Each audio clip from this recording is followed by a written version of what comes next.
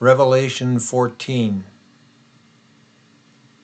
I looked, and there before me was the Lamb standing on Mount Zion, and with him 144,000, with his name and his Father's name written on their foreheads. And I heard a sound from heaven like the roar of rushing water, and like a loud peal of thunder. The sound I heard was like that of harpists playing their harps. And they sang a new song before the throne and before the four living creatures and the elders. No one could learn the song except those who had been redeemed from the earth. They are those who did not defile themselves with women, for they are virgins. They follow the Lamb wherever he goes. They were purchased from among mankind and offered as first fruits to God and to the Lamb. No lie was found in their mouths. They are blameless. Then I saw another angel flying in mid-air. He had the eternal gospel to proclaim to those who live on the earth, to every nation, tribe, language, and people. He called out in a loud voice, "Fear God and give him glory, because the hour of his judgment has come. Worship him who made the heavens, the earth, the sea, and the springs of water."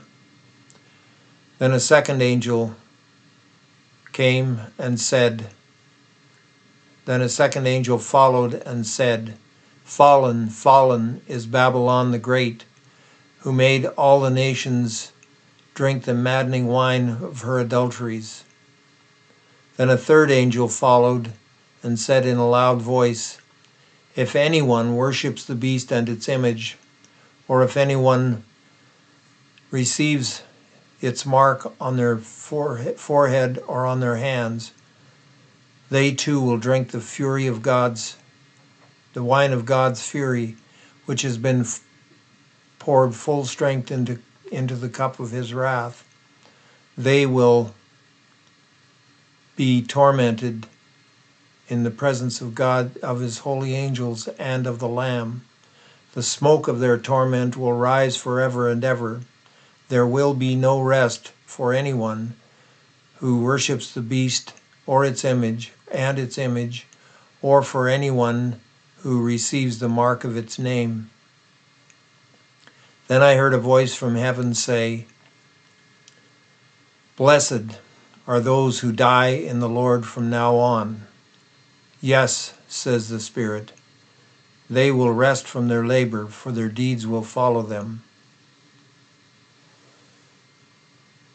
I looked, and there before me was a white cloud, with someone sitting on it, and the one who sat there had a golden crown on his head and a sharp sickle in his hand.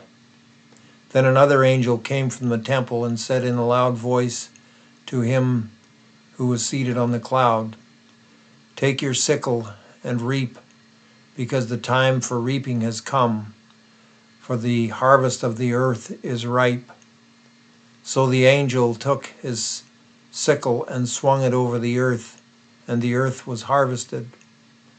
Then another angel came from the temple, and he too had a sharp sickle.